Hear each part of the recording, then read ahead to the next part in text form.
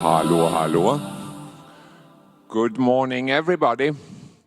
I think we might need another couple of minutes for everybody to find their places, but I'd like to ask you to at least look for a seat and try to sit down, and then we'll get started in 1 or 2 minutes.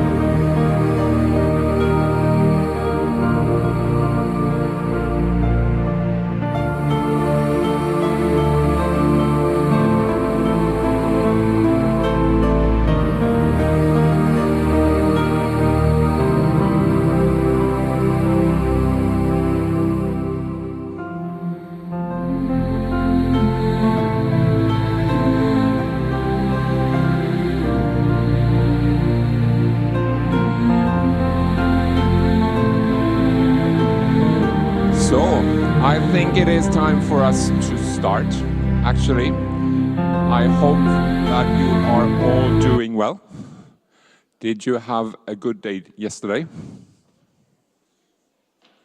Yes? Did you? Did you have a good evening yesterday? Okay. And of course, it's going to get even better tonight. I will very soon introduce Jonas. Just a little piece of advice, please stay here even when Jonas is finished. There's going to be some practical points that I want to take up, and we will also have an additional short presentation from Tina Rekand, who is right now in Göteborg, will shortly present the new spinal cord injury Knowledge Center, I think would be the right translation, Tina. And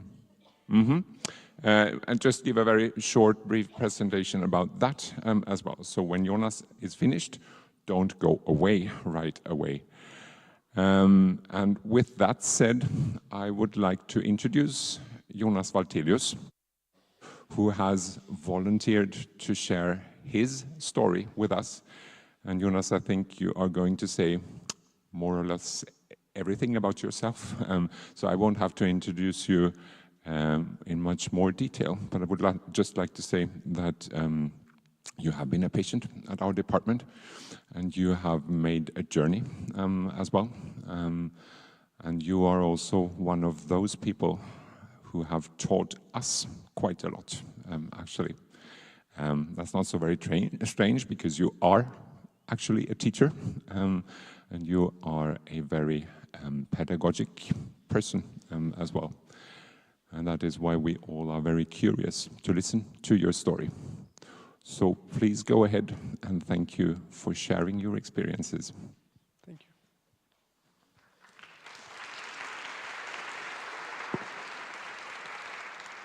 you.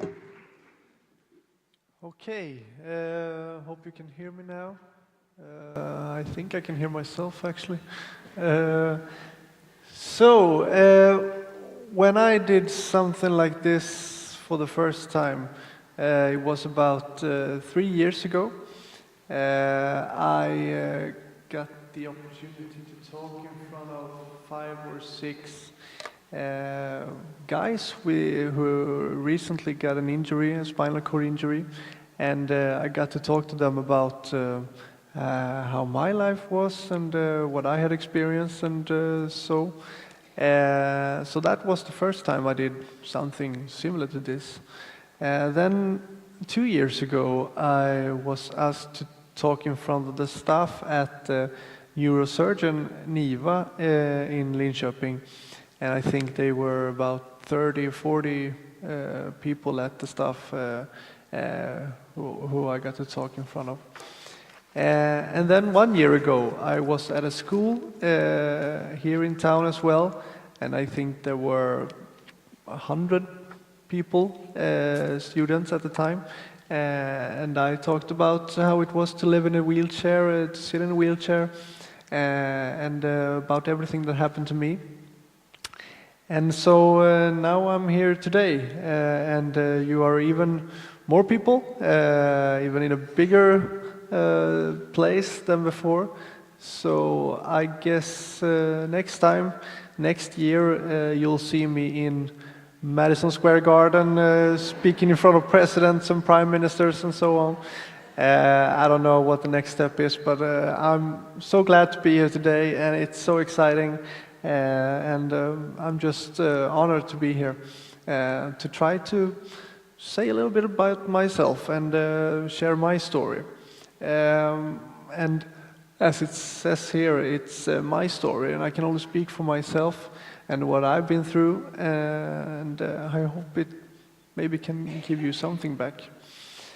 I was asked to do this, I think it's about a year ago now, actually. My immediate response was, yes, of course, it would be really honorable to do it, fun and exciting. So the first day, yeah, of course.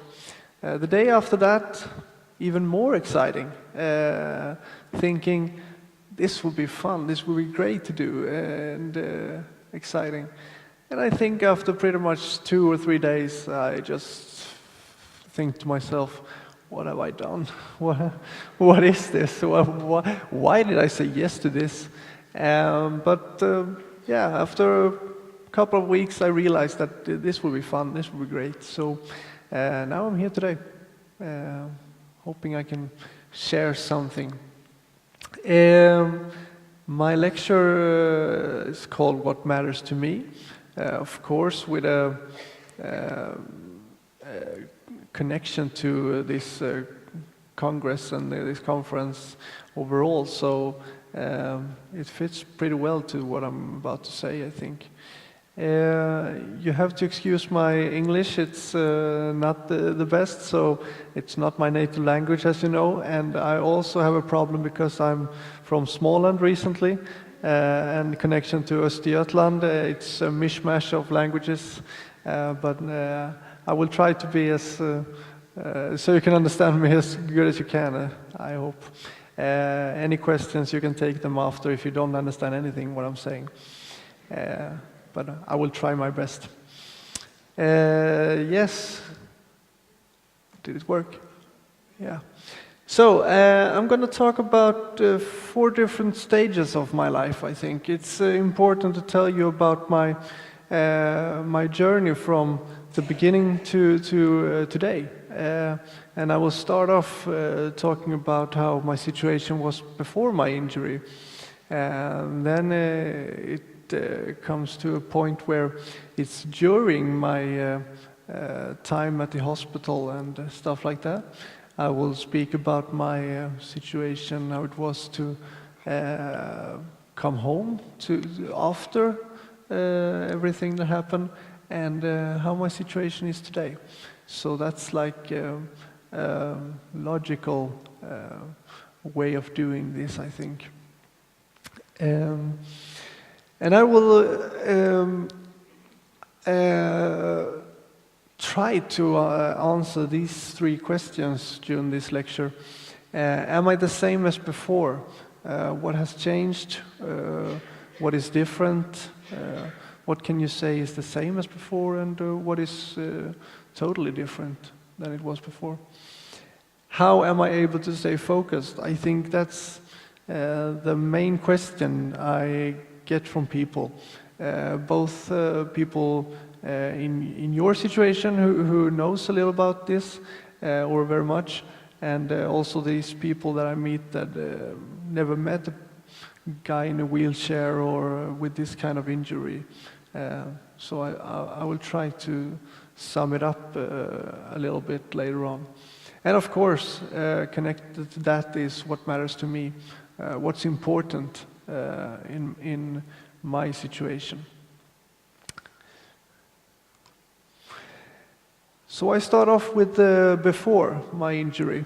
I was born in a little town in Småland called Emmaboda. It was 32 years ago now. I was raised in a family with 3 sisters and parents, and I had a very happy childhood growing up, and yeah, a great start of my life. And in 2004, I moved from Emmaboda to Linköping to start studying to be a teacher at the university here in Linköping. And I think some pictures here, some images here showing off who I am. And before I got injured, but most of these, of course, is the same as it was before and is today. As I said, I was going to be a teacher. That was my main goal all the time. Ever since I was 15 years old, I thought of myself as a teacher. I wanted to say stuff to other people that could have importance to their life in some sense. And everything I knew, I wanted to share with other people. So I really thought myself as this is what I'm going to do, wanted to do. I have a huge interest in sports. I myself played sports in all my life, I think, and I've always liked to go on these social and physical activities. So it's a lot of going on, both in real life and on TV, to enjoy this kind of sports. Also, I love to travel. Not that I've been in so many countries, but about 20 of them. And I really like to see different cultures, different social meetings over the world. And I think that's connected to my interest because I'm a teacher in religion, in history, in geography and social science. So it's connected to who I am and what I really enjoy. I spent 6 months in Prague, in Czech Republic, during my studies because I wanted to see a different culture. And so I lived there for 6 months and learned about how it can be to live in a different country and different meetings. So that's something about me, about this. And I consider, I wrote down 4 different words here, who I was before. I think I was a healthy person. As I said before, I did a lot of different exercises and sports. So I was always on the run doing stuff, active, and I think I was a very happy person as well. And I was satisfied with my life. I didn't have high expectations of being some well-known star or be rich or something like that. I was just happy about my life as it was, having a great family, having friends and work and so on. So I was satisfied with how it was. I was also self-confident. I didn't see any reason to doubt in myself, so I did whatever I wanted to, and yeah, I thought myself as I can do pretty much anything, so I didn't stop from trying on new things and so on. So yeah, that's pretty much who I was before.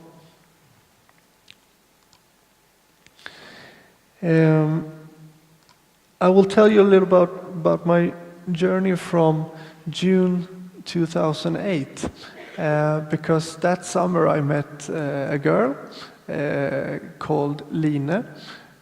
We met during my time in Småland, where I did a summer job during my education. So I met her in Småland, and yeah, she was a nice girl. We fell in love, and a year after that, she decided to move up to Linköping to move in with me. So we started off our life together from that day. So after a couple of years nagging at me, I decided to propose to her on our 4-year anniversary in June 2012. So I think if she had decided, it would have been in 2010 or 11 maybe, but it was time, I thought, in June 2012. So what would be better than planning our wedding for a year after that? So in June 2013, we had our planned wedding. We were going to get married where we originally came from in Småland. And have everything planned.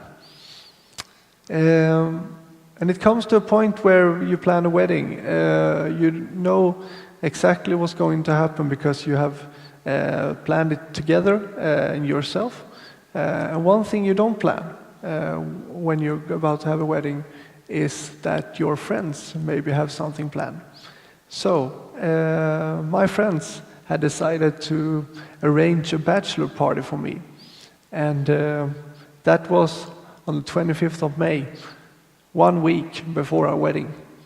They had arranged a bachelor party for me, and we were going to do a lot of different activities on that day. It started off with, they called me and tricked me to go out and meet them, so I did. We went to have breakfast together, and then we went to a place to practice kind of martial art, Brazilian Jiu-Jitsu, I think it's called.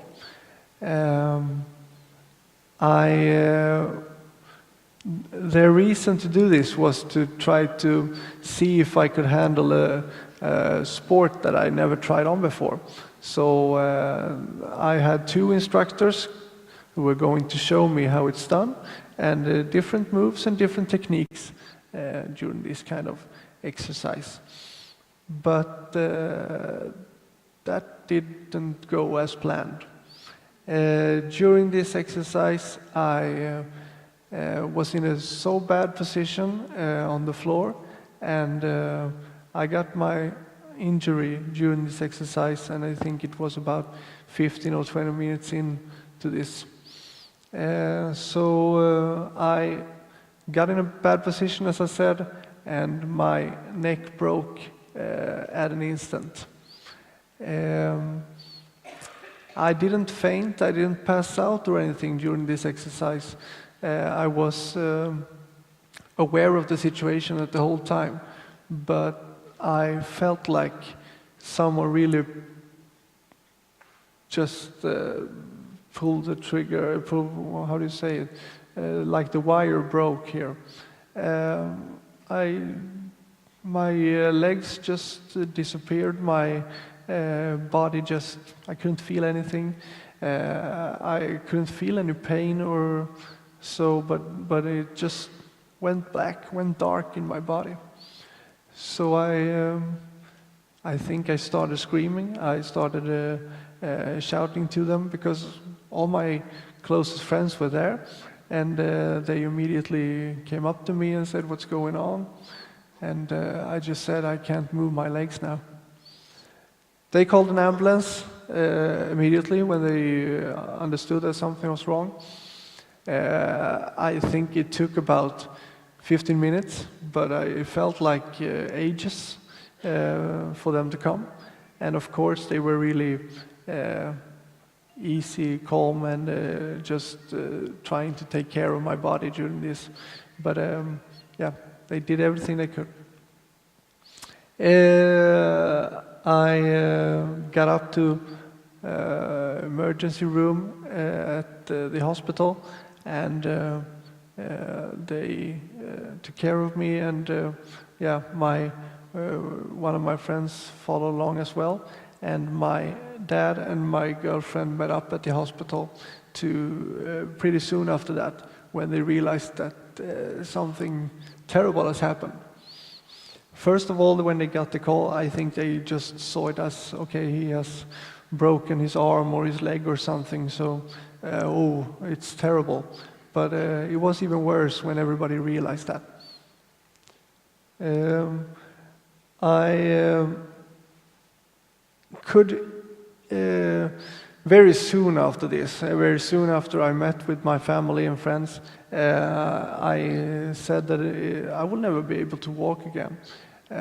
For most of us who has an injury like this, we realize pretty soon, I think, that this is it, because you feel like it's nothing that going to be repaired as easily as it can.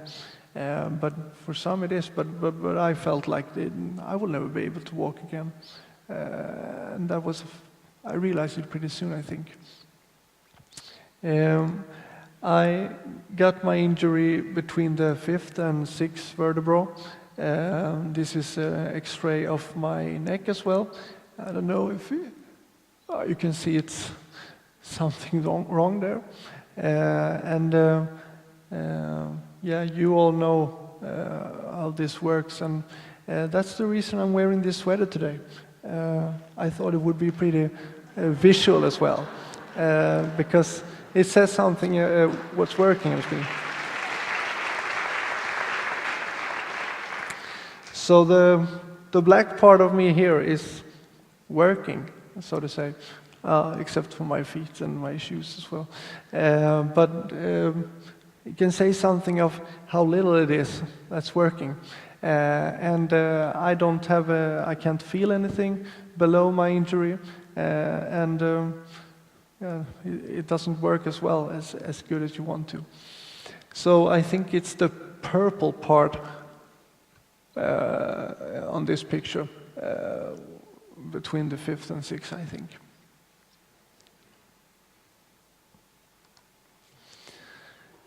And now I'm at the stage where I'm during then, after this before travel. I spent 1 month at NIVA, neurosurgeon in Linköping, and yeah, it was a hectical time, it was an intense time.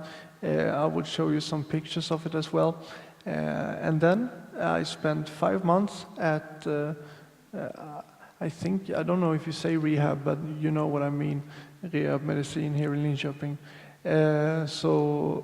It was 6 months overall that I spent at the hospital during this time.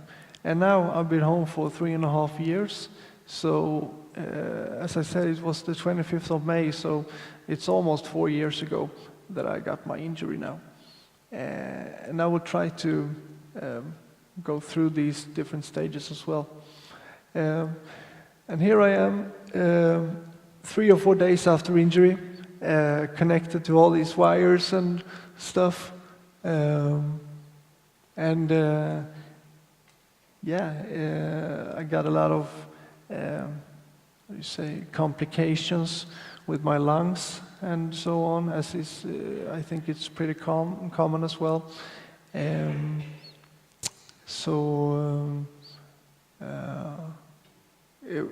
was an intense time, and it was very emotional, of course, for everybody involved in this.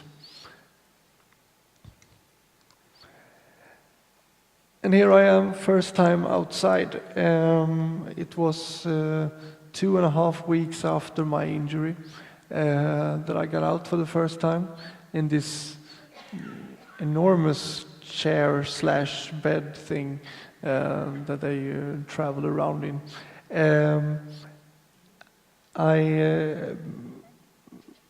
Because my injury was in May, this was in June, so it was a hot summer day, and I remember very clearly when I got outside for the first time from hospital, because it felt like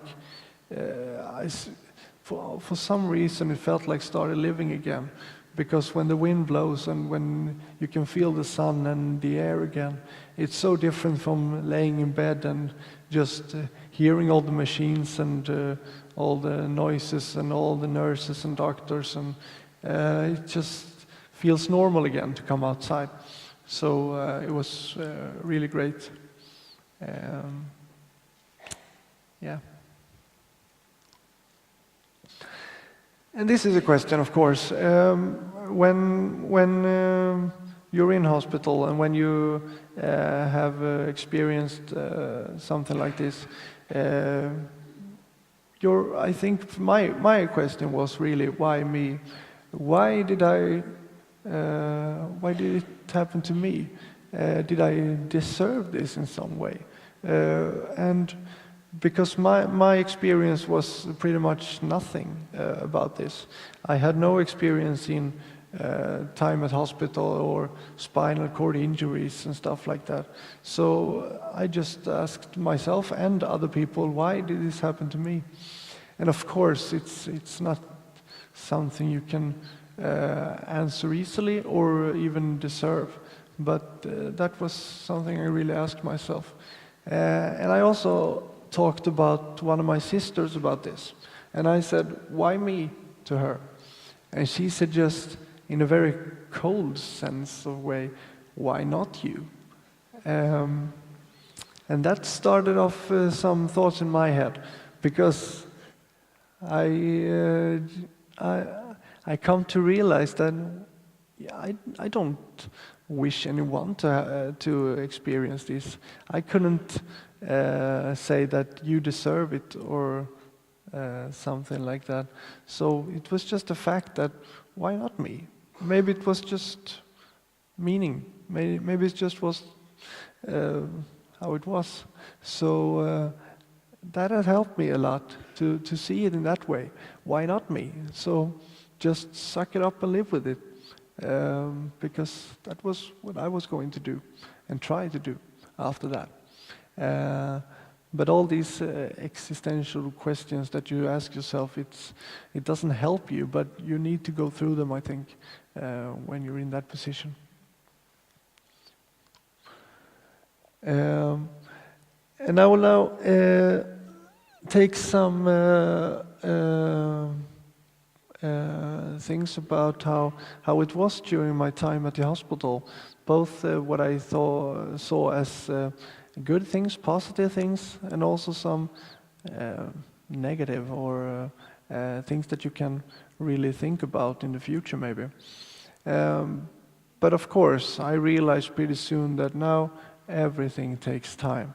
It's everything from going to bathroom to moving from bed to wheelchair or getting your clothes on and so on. It's not like you can go from bed to be able to sit in your car after 10 minutes now.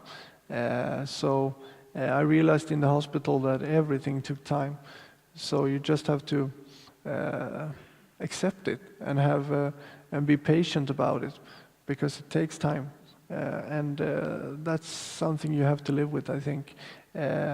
If you can't live with that, it's going to be a problem, because you're going to be very frustrated. So I just had to say to myself, relax, take it easy, and just live with it.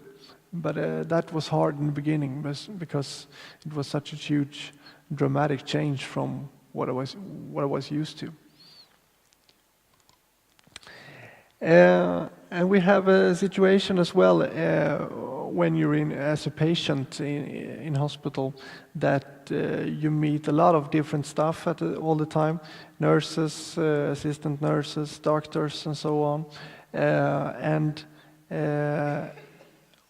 everyone is unique, so you meet them and you accept them, and some of them you come along with, but not all of them.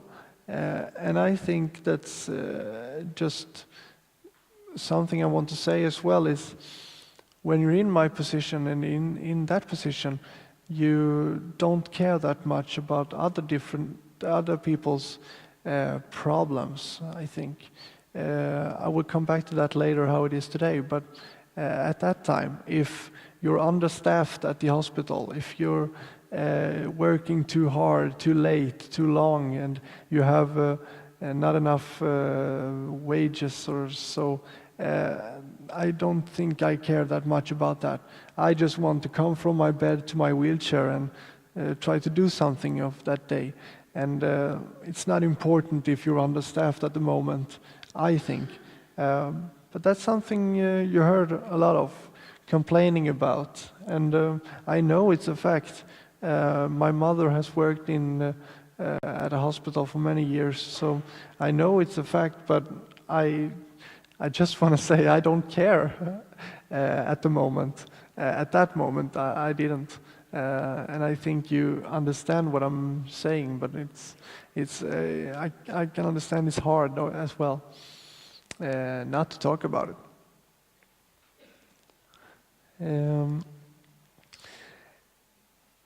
One thing that was very important for me during the time was all the activities that were arranged at rehab, because there were painting and music and different social activities that you could take part in, going away, going to sports events and stuff like that. And they were really important because the days are longer than you can expect during daytime when you have training and different activities. It's not a problem, the time goes on, but during evenings and nights it feels like forever. So it's really important, for me it was really important doing stuff all the time. And I had my family and friends and girlfriend coming to visit me, so during that time it wasn't a problem. But when you're alone and you feel really alone and you feel like you need something to happen at the time. So that was great that there were different activities at the whole time. So you should maybe even increase that, but hold on to it, because it was important for me.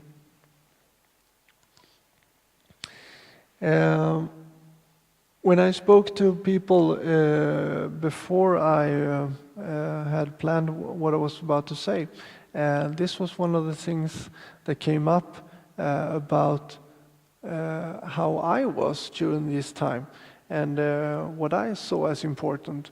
And I still feel like this was really important for me. I tried to own the situation. I tried to be the boss of my own situation and my rehabilitation, because I wanted to decide what was being said to me and when it was being said to me. I could, as I said before, I pretty soon realized that I will never be able to walk again or do some stuff again. But I don't want anyone to come up to me and say, now this is a fact. You're going to be in a wheelchair, you're going to be depending on others to be able to move in different positions and stuff like that. I wanted to decide when doctors and nurses was going to say that to me. So I remember saying to one of the staff that I'm not ready to hear that. Wait, and I will continue my rehabilitation, my training, and then we can decide when it's time to sit down and discuss my future. That helped me really a lot during this, because it felt like if you're not ready to hear some facts or decisions or prognosis of how bad it is or what your future will be. You can't take it in. So I really wanted to be, I wanted to own the situation. And the people working around me realized that, I think, and was really understanding about it. And it helped me a lot as well. I know this is a hard thing because when I was the first month, when I was a neurosurgeon, I didn't realize what was going on outside of the walls where I was, outside of my bed even. So what the information was to my family, I'm not sure of. We talked about it a lot later on, but this is really important as well. So they get to know what's the situation right now, what will it be later on, and I can only say that it's important that they know what I know and the other way around, so we can talk about it and discuss it. Sometimes family members came up to me and said that they have spoken to some doctor about something and I didn't know about it. And the other way around as well. So try, I can only say that try to inform as good as you can, as much as you can, but of course I can't say that it should be in a certain way because I'm not even sure how I want it to be. But the information to family and friends and relatives is so important that during this stage, because in my family we didn't know anything about this before. It was a totally new environment and situation, so it was very helpful when someone just sat down and said, now we're going to talk about this and you can ask all the questions you want, and that helped us a lot when we got the opportunity to do that. Where I was, we had different situations where you can ask both doctors and other members of the staff questions about how will it be with the assistants, how will it be with work, and how will it be with your health, and so on. You need that, you want that, to be able to ask all those questions you don't know you have at this time. When I was at neurosurgeon, they wrote a diary because at the critical stage, both the staff at the neurosurgeon and both my family had the opportunity to write in this diary what was going on, how the situation was, and all the things that I couldn't realize at the time because I wasn't aware of all what was going on. So when I came home after the time at the hospital, I got to read all of this, and that wasn't easy at all. It was really hard, but it helped a lot because what had happened the first days after my injury, I had no idea, but it helped me a lot in my rehabilitation to be able to read about this. So I think it's not a bad thing to continue doing this during the whole rehabilitation, for my sake, during the time at the hospital. Write something, have something to write down what was going on during my training and the progress. It would be really helpful to read about it later on when you're mature enough to read about it and to hear about it. So I think that helped me a lot, and I can give that as an advice to all of you that something, the date of what was going on and how the progress is going could be something you can try to be better at, if I say. And this was important as well during the time.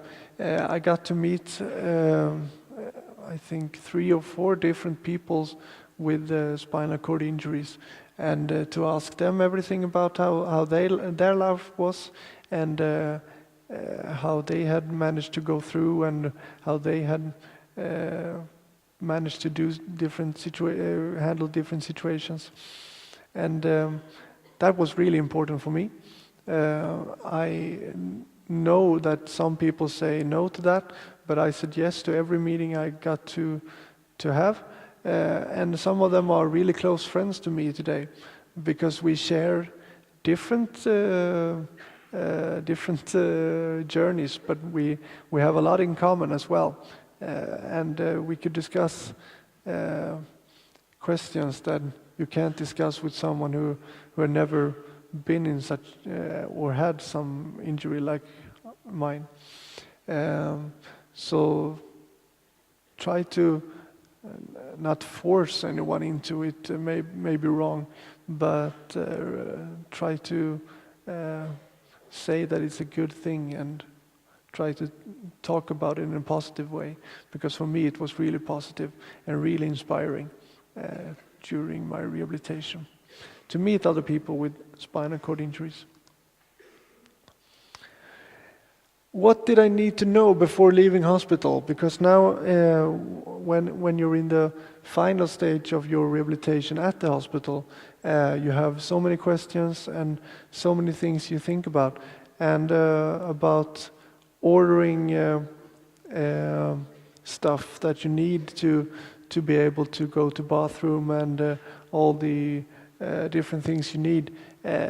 You have to know how to do it, when to do it, what's important to think, and I think that could be something you can improve as well, because I got this huge stack of papers about my injury and what could happen, and it's so much to read. And I think at the time when I got the information about how to order things, I wasn't aware that it could be such a major thing to do, and to plan all the time. So today it's not a problem, but the first weeks or months it was. So to get more help about this, it's important, I think. And also the contacts to what will happen if your wheelchair broke down, or if you stuck in a certain situation. Who will you contact? What will you do? I know that I'm grown up, I have to handle it myself, but it's so many different situations that you've never been in before, and you can't just think to yourself and say, oh, how would I handle this? How will I do in this situation? Because you've never been in that situation before. So it's good if you have someone to contact, or to call, or know where to go to solve different situations. And also this personal assistance. In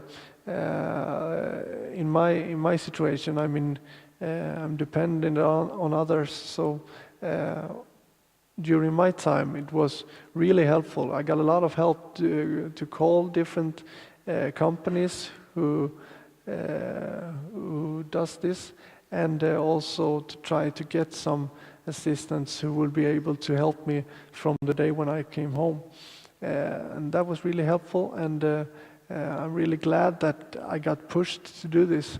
It's nothing you don't want to do it, but you realize later on that it's important, crucial, and but you need to be pushed to do it. So if you have a patient who don't want to do it, try to get that person to do it anyway, because it's increasing your self-confidence if you can do it, and you get to decide for your own sake when you do it, so no one else pushes you to do it. But you need help. For my sake, it was. And of course, as I said before, those questions that you ask yourself and think about, what will my life be like when I come home? What will it be to be in this big world, in a new situation, dependent on others?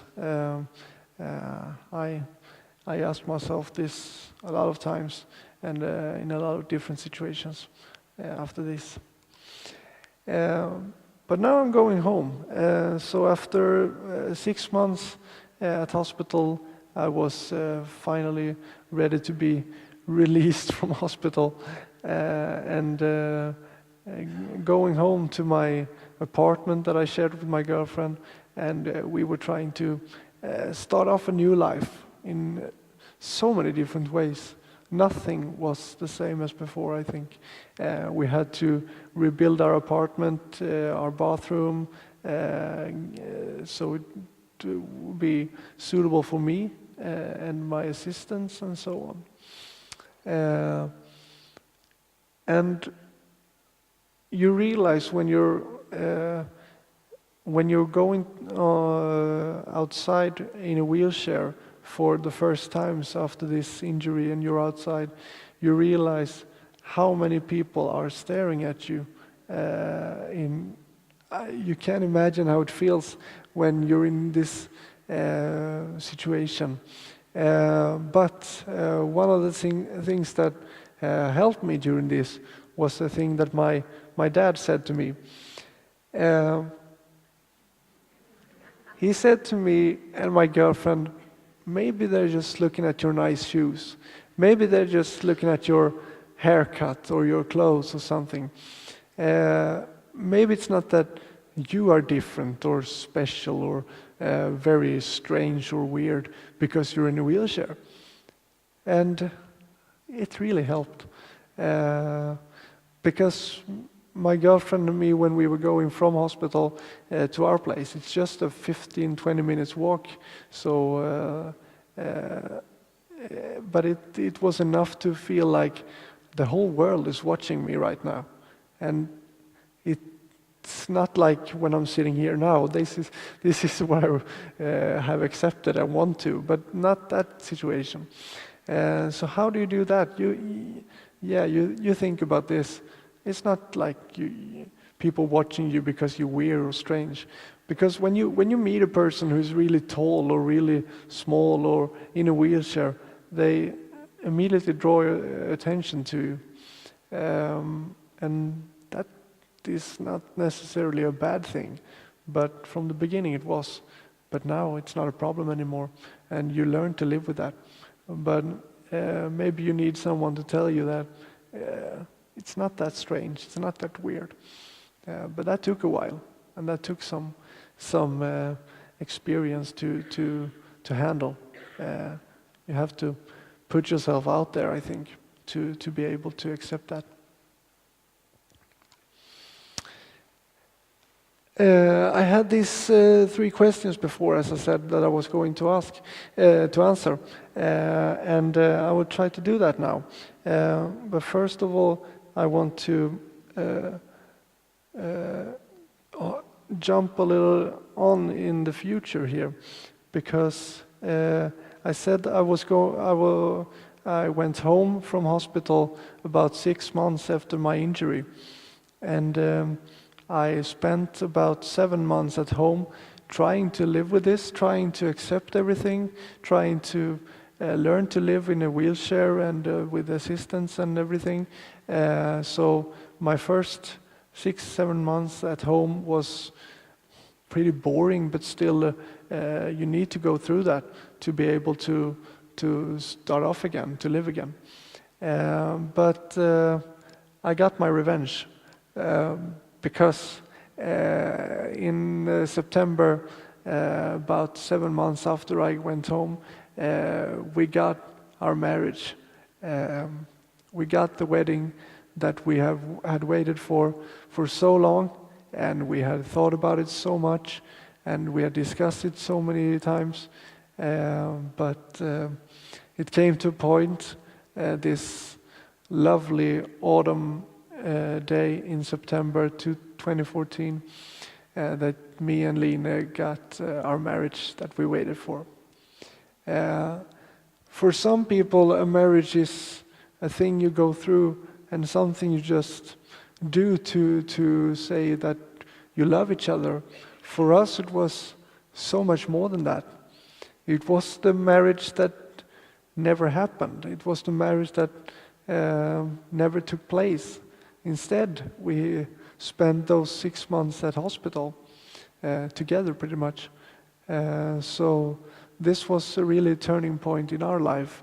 And I think that our marriage was better than we have ever imagined. It was so great to be able to celebrate this day with family, friends, and relatives, and of course with one another. So yeah, we really enjoyed that day, and we're so glad that it went so well as it was. And I will actually take an even bigger jump now. I will jump 2 years more to October, about exactly 7 months ago, when this happened.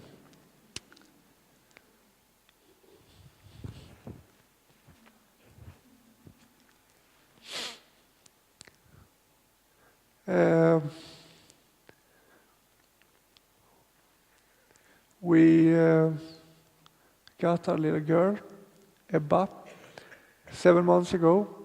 The most beautiful thing in the world. And she gives us hope.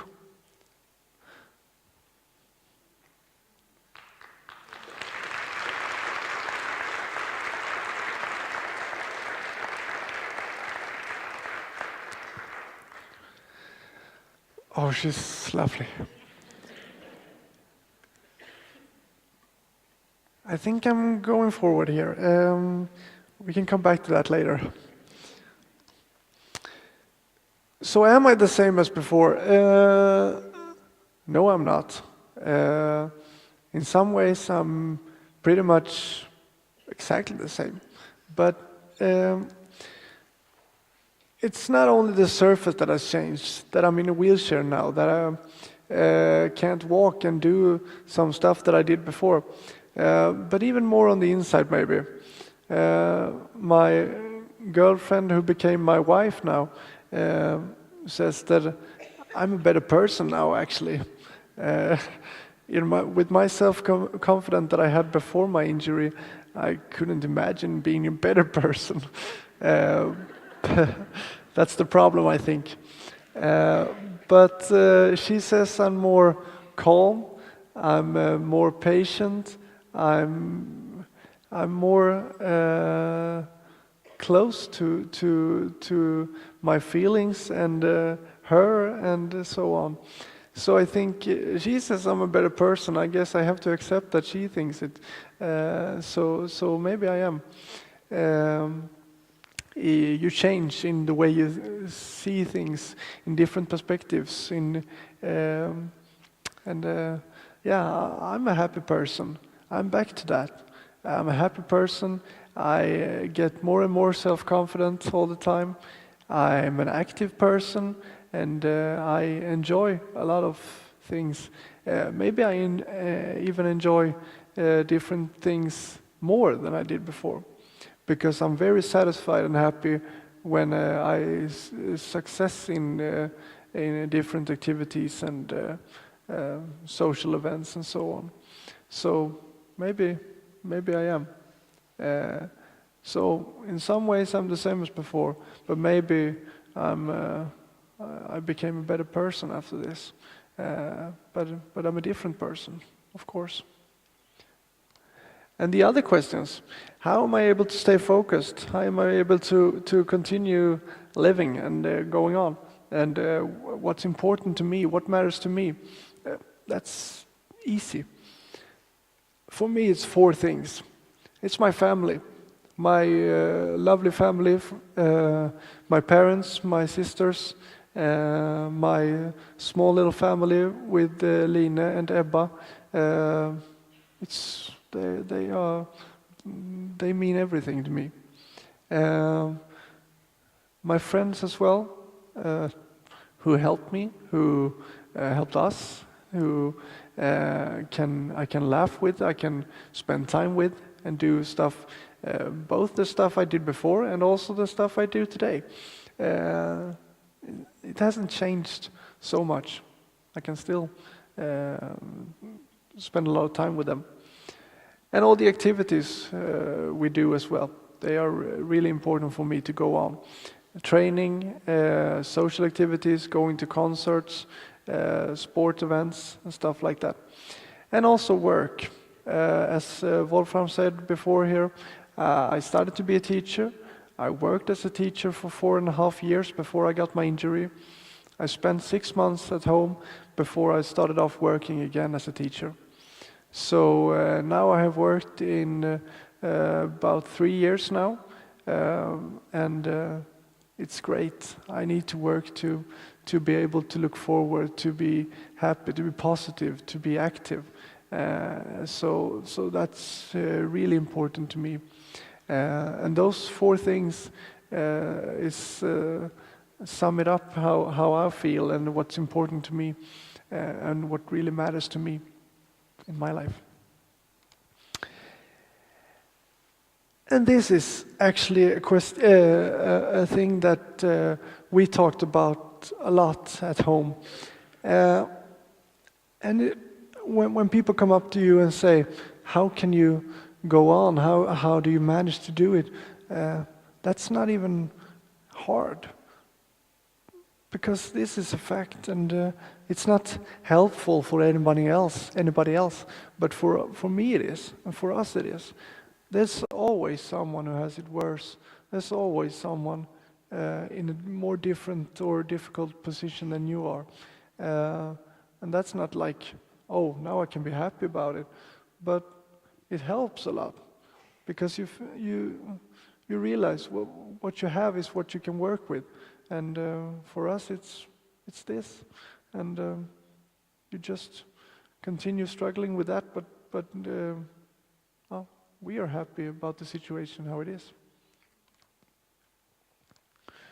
But everything new is frightening today.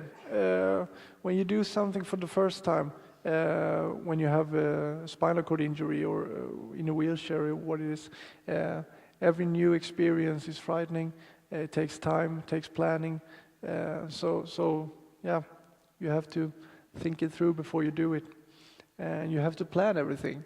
And you have a situation where you think about how you're not a load, a burden to your surrounding. If I go to this place and I can't come up the stairs or what it is, how do we solve that? I don't want to be that person, so I always plan everything and think about everything, and that takes a lot of my time and my brain capacity, I think. But you don't want to be that person. But if you plan it right, you don't need to be a load for your surrounding. But that's important to think about. And as I said before, I said different stuff, different problems before. Today, when someone complaining about, oh, I have a problem with my foot, or I have a back injury, or that hurts, but it's over in a week, is that a problem? Yes, it is. It's a problem for the person you meet, and it's a problem for every people that has different problems. We are still complaining at home what we're going to eat, or who is going to decide what we're going to have to dinner, and so on. So the problems that you see as everyday problems, they are everyday problems for everybody. It's not like you can say that this is a big problem or a small problem for people. It's just different problems. And I don't say to people that, oh, that's not a problem, look at me. That would be terrible to say. That would be, it doesn't even make sense actually. So that's a fact. As I said before, we go into like this. I am dependent on others. I need help to do a lot of things, to be able to, as I said before, get from my bed to my wheelchair, to go to the bathroom, to pick something up from the floor. It's not an easy thing to do for me. So I need my assistants, and they help me a lot in my everyday life. But that takes patience, that takes planning. But if you do it in the right way, you can handle it. And I can do. So I think everyone can. Oh, sorry. Just gonna quickly go through this. Is okay, Wolfram? I'm looking at you. These are the things I can't do anymore. I can't play football, drive my car as I did, eat and drink as I did before, go on certain social activities, work as I did before. But what can I do? The same things in a different way. So it's not a problem. I can't play soccer, football as I did before, but I played table tennis now for a couple of times, and the other things come as well. So to sum it up, what can you achieve in 3.5 years that I've been home? I got my marriage. We went on a honeymoon to New York, flying helicopter for the first time in my life. Looked like a totally impossible thing to do, but we did. It was great. And we got our baby 7 months ago. So that was some things. And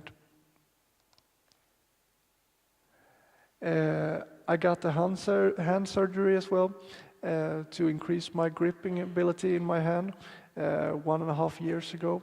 Helped me a lot when eating, drawing, writing, and so on. It changed my way of doing some things.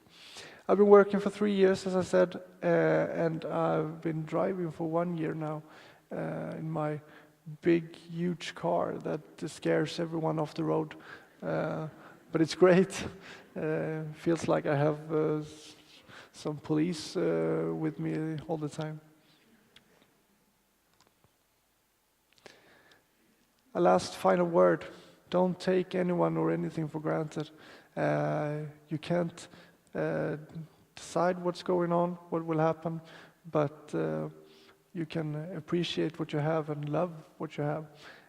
So that's my final words. Thank you for listening to me.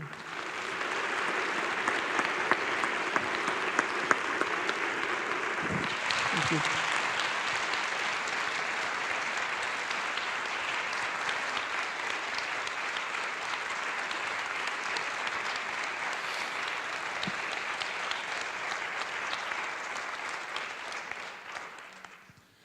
Thank you, Jonas, for sharing that story with us, which became a very personal story. And I think it is in no way self-evident that anybody would want to share that with so many people, but you did. And we are very, very grateful.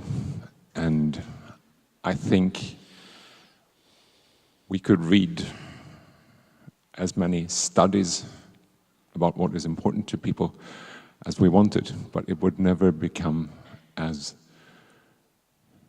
convincing, as touching, as real as when somebody tells you a story in person. And you have really done that. I think you have given us something that's incredibly valuable. And I just want to say thank you for that. That was a great experience. Are there any questions to Jonas? I've already took the time, so.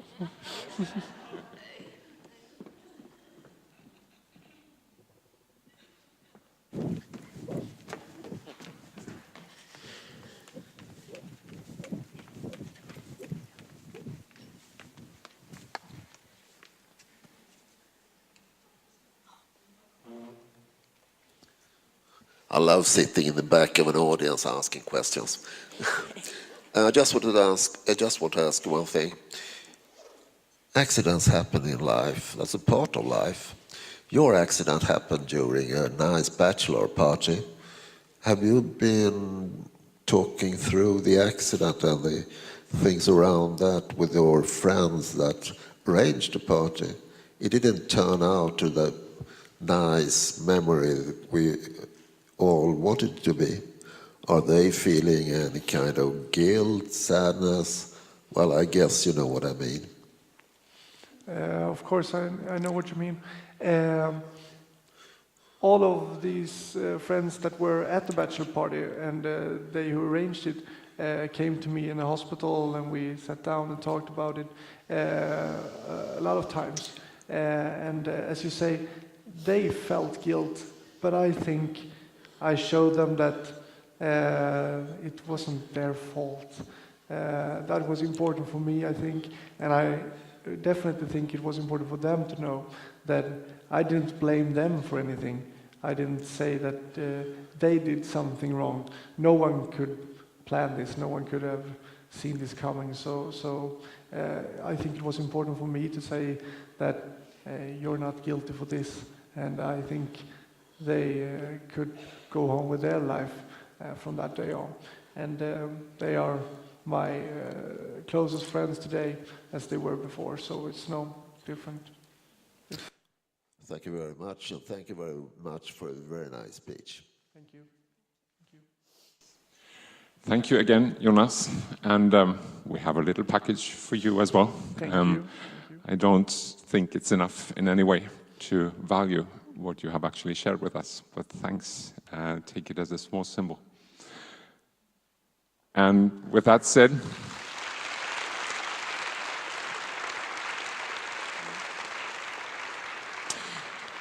as I know that everybody wants to have some coffee, I think we'll have to make a spontaneous change of plans.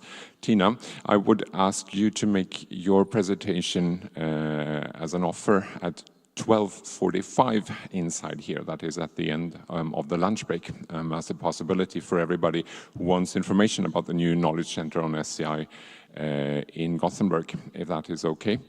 And just shortly for tonight, for the dinner party, remember that there is a pre-bubble before the dinner party, and remember to bring your ticket. That is essential, actually. Otherwise, there is a coffee break now, and after the coffee break, there are going to be two parallel sessions. One is about hand surgery. We got a good introduction concerning that, hand surgery and urology. And then we have the consumer workshop, and there will also be later during the day several of our partner workshops, and I'm really glad that our partners have recruited lots of interesting presenters, so I would really encourage you to attend those workshops and seminars as well. Thank you.